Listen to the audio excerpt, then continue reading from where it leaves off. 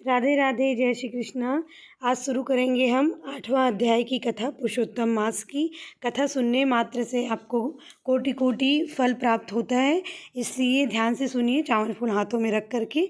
चाहे किसी भी चीज़ से सुनिए, ब्राह्मण के मुख से सुनिए या फिर आप यूट्यूब, फेसबुक या फिर मोबाइल में सुनिए। तो चलिए कह करके आपको सुनाते हैं 8वां अध्याय की कथा। श्री कृष्ण का युधिष्ठिर आदि से द्रौपदी के पूर्व जन्म का वर्णन सुनते हैं।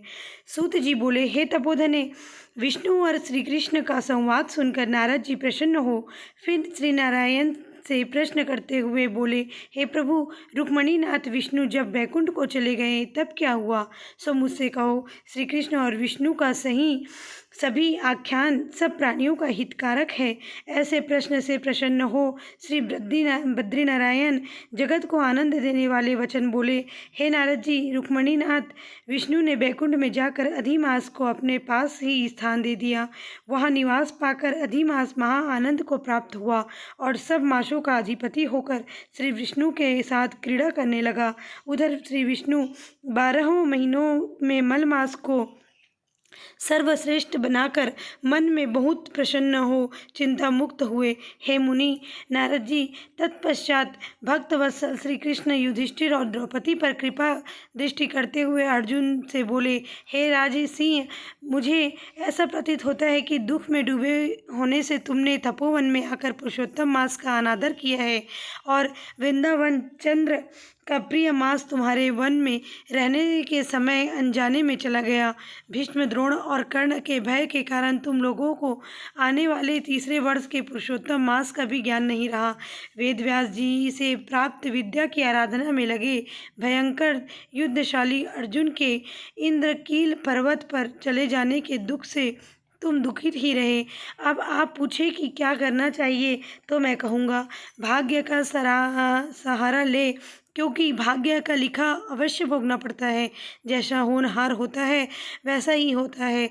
मनुष्य प्रारब्ध से ही सुख, दुख, भय, आनंद को प्राप्त होता है।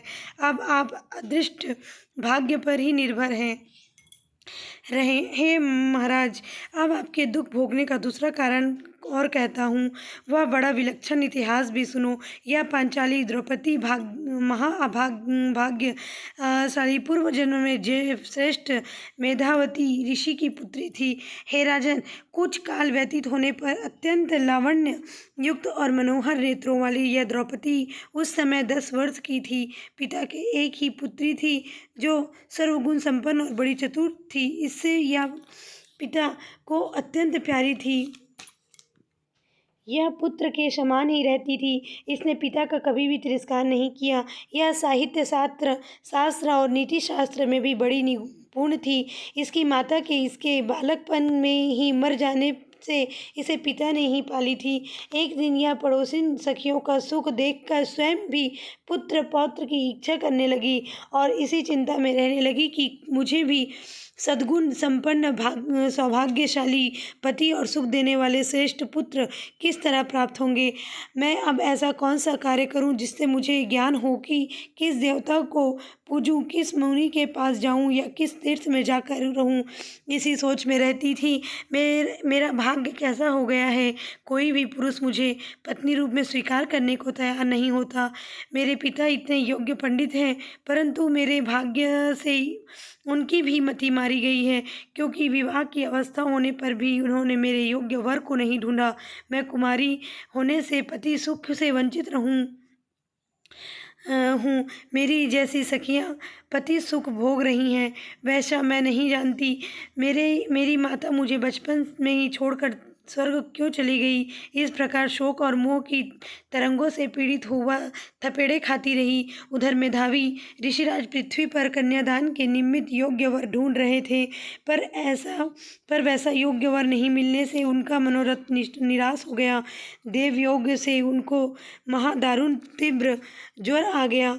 जब ऋषिराज का शरीर जोर के दुख की तीव्र ज्वाला से फटने लगा और जोरों से श्वास के ऊपर श्वास लेते हुए अचेतन अवस्था में जैसे कोई मदिरा पीकर लड़खड़ाते हुए गिरता पड़ता आता हो, उसी प्रकार घर में आकर जमीन पर गिर पड़े और पुत्री के पुत्री को स्मरण किया। पुत्री भय से व्याकुल हो जैसे ही पिता के पास आई, तब तक वे मरणास्त हो गए। देवयोग में एकाएक काँपने लगे और कन्यादान के संबंध में जो विवाह महोत्सव की कल्पना थी वह नष्ट हो गई और पहले ही किए हुए गृहस्थ धर्म के परिश्रम के प्रभाव से सांसारिक वासनाओं को छोड़कर उसने भगवान के मन को लगाया और वह मेधावी ऋषिराज श्रीहरि पुरुषोत्तम नील कमल के समान श्याम वर्ण वाले त्रिभंगी मनोहर आकृति वाले भगवान को स्मरण करने लगे।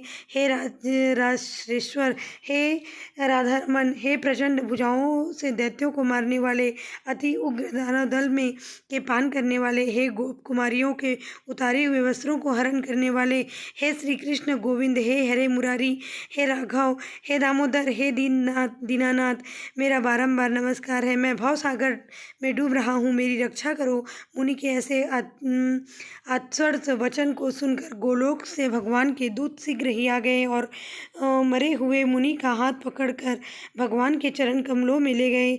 इधर वह ऋषि पुत्री अपने पिता के प्राणों को निकलता देख हाय हाय कर रोने लगी और पिता की देह को गोदी में ले दुखित हो विलाप करने लगी। महादुखित दारुण दरुण रुदन करने कुररी पक्षी की भांति विलाप करती हुई वह अपने पिता से बोली, मानो वे जीवित हो। हाय पिता, हे पिताजी, हे कृपा सिंधु, अपनी पुत्री को आनंद देने वाले आप ही मुझे अकेले छोड़कर गोलोक धाम को चले गए। हे तात, बिना पिता के अब मुझे कौन रखेगा? न मेरे भाई है, न कोई कुटुंब और न मेरी माता ही रही।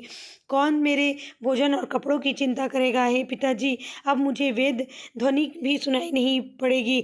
इस तुम्हारे सुने आश्रम में कैसे रहूंगी? इससे मैं भी प्राण त्याग दूंगी। ऐसे जीवन से जीने का क्या लाभ? मुझे प्यार देने वाले पिता बिना विवाह कार्य संपन्न किए आप कैसे चले गए? हे तात, हे तपोनिधि, अब लौट आइए और अमृत के समान मीठी वाणी से मुझे पुकारिए। आप चुप क्यों हो गए हो? उठिए उठिए, अब सोए हुए बहुत देर हो गई है। इस प्रकार अश्रुधारा बहाते हुए वह अनेक विलाप करती रही। जोर जोर से रोने की आवाज़ सुनकर वहाँ वन में रहने वाले ब्राह्मण आपस में कहने लगे कि इस तपोवन में आज अत्यंत करुण भरे स्वर से बिलख बिलख कर कौन रो रहा है? तब वे सब तपस्वी महर्षि की पुत्री का रोना समझकर और निश्चय करके हाहाकार मचाते हुए वहाँ पहुँचे और पुत्री को गोद में मरे हुए मुनि को देखकर वे सब मुनि भी रोने लगे। फिर पुत्री की गोद से शव को उठाकर शमशान में शिवालय के निकट ले जाकर चिता बनाकर अंत्येष्टि विधि से दाह किया। संपन्न की पश्चात कन्या को अनेक प्रकार से समझाकर वे सब अपने अपने स्थान को चले गए। कन्या ने धैर्य धारण कर पिता की संपूर्ण क्रिया के लिए यथाशक्ति धन खर्च किया। वह श्राद्ध आदि क्रिया करके उसी तपोवन में रहने लगी। जिस प्रकार बछड़े के मर जाने पर गाय आंसू बहाते हुए खाना पीना छोड़कर बिलखती रहती है, उसी प्रकार वह पुत्री भी पिता के मरण जनित कष्टों से रोती बिलखती आंसू बहाती हुई खाना पीना छोड़ अत्यंत व्यथित रहती थी। 8वां अध्याय यहीं पर समाप्त होता है। 9वां अध्याय की कथा हम कल श्रवण करेंगे। मैं सुबह शाम दोनों टाइम वीडियो डाल रही हूँ कथाओं की, क्योंकि हम 15 दिन का समय जो है एक पाक जो है निकल चुका है।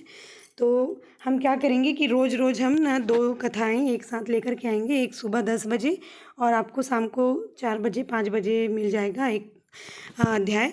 तो इस तरह से 2 अध्याय की कथा हम एक दिन में पूर्ण करते जाएंगे, तो हम जल्दी जल्दी ही आगे बढ़ जाएंगे।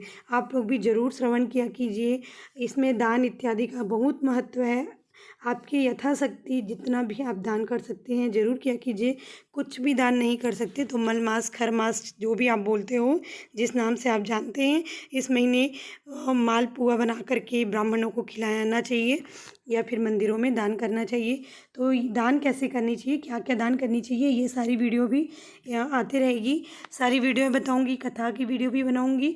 तो आप लोग ज़्यादा से ज़्यादा प्यार दिया कीजिए। बहुत कम व्यूज़ आ रहे हैं मेरे में, इसलिए मैं फिर डिमोटिवेट हो जाती हूँ। और कथाएँ जो होती हैं हमारी संस्कृति को बढ़ावा देती है ना। तो हमको हमारी संस्कृति को बढ़ावा देना है, तो प्लीज़ ज़्यादा से ज़्यादा शेयर कीजिए वीडियो को। धर्म कर्म की वीडियो चाहे कोई भी डाले, मैं अपनी बात नहीं कर रही हूँ, कोई भी डाले, कम से कम उस वीडियो को आप लोग ज़रूर देखा कीजिए। इससे हमारी संस्कृति मजबूत होती है। नाच गाना की वीडियो तो हम हमेशा देखते ही रहते हैं, खाली समय पर भी, लेकिन 10 मिनट का वीडियो रहता है पूजा पाठ से रिलेटेड। प्लीज़ इसको भी देखा कीजिए आप लोग ध्यान से। राधे राधे। फिर मिलूँगी कल। हाँ, एक और बात कि इससे पहले पूरी वीडियो आ चुकी है, यानी कि मलमास खरमास की जो प्रथम अध्याय से लेकर के 8वें अध्याय तक की संपूर्ण कथा इसी चैनल पर है। आप लोग ज़रूर देखा कीजिए, जिन्होंने नहीं देखा है कृपया करके देख लीजिए। राधे राधे।